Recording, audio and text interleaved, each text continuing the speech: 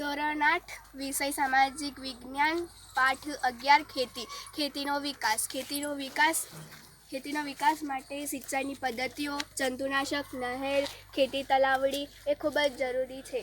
ખેતીના વિકાસ માટે radio, television, વર્તમાનપત્ર, કિસાન channel, mobile પર કિસાન SMC એ ખેતર માટે ખૂબ જ મુખ્યની વાત તો એ જ છે કે સરકાર ખેડૂતને લોન આપે છે. સિંચાઈના નામમાં ટપક પદ્ધતિ ને ફુવારા પદ્ધતિ આવે છે.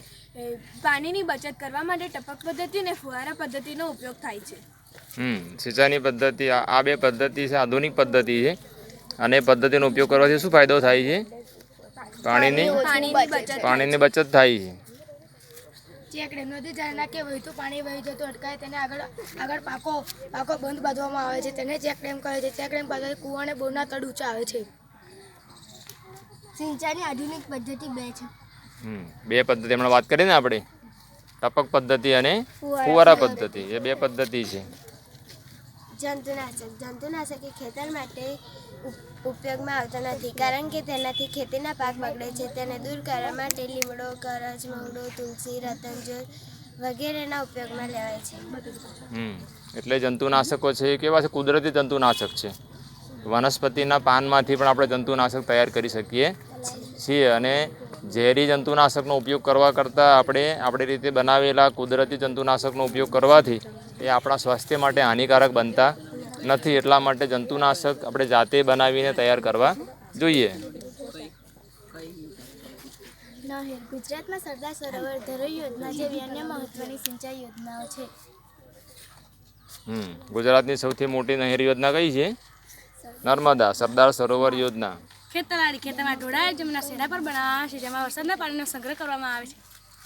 ખેતી તલાવડી કઈ જગ્યાએ થાય છે? તલાવડી કઈ જગ્યાએ બને? જ્યાં હમણાં બોલી ને તું, ઢોળાવવાળી જમીનમાં જ્યાં પાણીનો સંગ્રહ થતો હોય ત્યાં ખેત તલાવડી બનાવવામાં આવે છે. ખેતીનો વિકાસ કેવી રીતે થાય છે? ખેતીનો વિકાસ કેવી રીતે થાય છે? સિંચાઈ પદ્ધતિથી જંતુનાશકને દૂર કરવા, નહેર, ખેત તલાવડી, ચેકડેમ. સિંચાઈ પદ્ધતિ એટલે ખેતરમાં પૂરેપૂરું પાણી પાડવું. સિંચાઈ કરવી કેમ જરૂરી છે? સિંચાઈના નામ ટપક પદ્ધતિ અને ફુવારા પદ્ધતિ. સિંચાઈ કરવી કેમ જરૂરી છે? સિંચાઈ કરવી કેમ જરૂરી? સિંચાઈની પૂરેપૂરું પાણી પડે એટલા માટે. સિંચાઈની જૂની પદ્ધતિ કઈ છે? જૂની પદ્ધતિ કઈ? માટલા પદ્ધતિ, મોટ, રાઈટ. હા. સિંચાઈ ના કરે તો શું થાય? પાક સુકાઈ જાય અને તેનાથી પાક નુકસાન થાય છે. પૂરેપૂરું ઉત્પાદન મળી શકતું નથી. ડેમમાં પાણી કયું આવે? ડેમમાં પાણી કઈથી આવે? આપણા વિસ્તારમાં કોઈ ચેકડેમ છે?